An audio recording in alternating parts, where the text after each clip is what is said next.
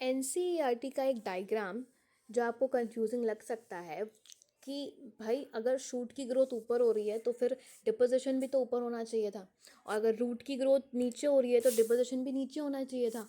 तो फिर ये ऑपोजिट डायरेक्शंस क्यों दी हुई हैं, है ना? ये ऑपोजिट डायरेक्शंस क्यों दी हुई हैं, इसी चीज़ का रीज़न इस वीडियो में हम डिस्कस करेंगे।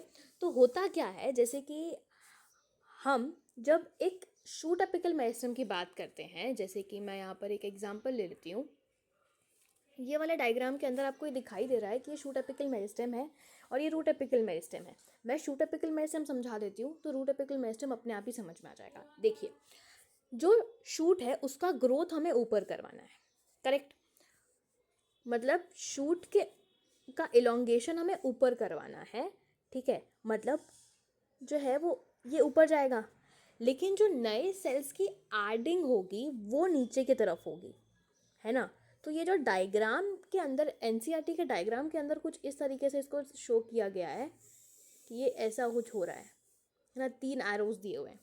तो इस डायग्राम के अंदर आप देखेंगे कि जो एरोज है वो इस चीज़ को इंडिकेट नहीं कर रहे कि ग्रोथ ऑफ ऑर्गन कहाँ हो रहा है या स्टेम इलोंगेशन कहाँ हो रहा है ना? वो इस चीज़ को शो कर रहा है कि बेसिकली जो डिपोजिशन है नए सेल्स का वो पीछे की तरफ हो रहा है, यानी कि ग्रोथ तो ऊपर की तरफ हो रही है। जैसे कि अगर हम एक ऐसे मान लें कि ये सड़क है और उस सड़क पे से गाड़ी जा रही है आगे, तो और सड़क हमें बनानी है तो गाड़ी तो आगे जा रही है बट सड़क पीछे देख रहे हैं हम तो धीरे धीरे करके बढ़ती जा रही है। तो सड़क जो है गाड़ी के रिस्पेक्ट में पीछे की तरफ बन रही है लेकिन गाड़ी आगे जा रही है। तो इन द सेम मैनर जो शूट है वो तो आगे बढ़ रहा है, लेकिन नए नए सेल्स जो हैं, न्यू सेल्स का एडिशन, है ना? स्टेम बनाना है ना? ये लीव्स बनानी है, बर्ड्स बनाने हैं या फ्लावर्स बनाने हैं, तो नए नए सेल्स का एडिशन नीचे की तरफ हो रहा है।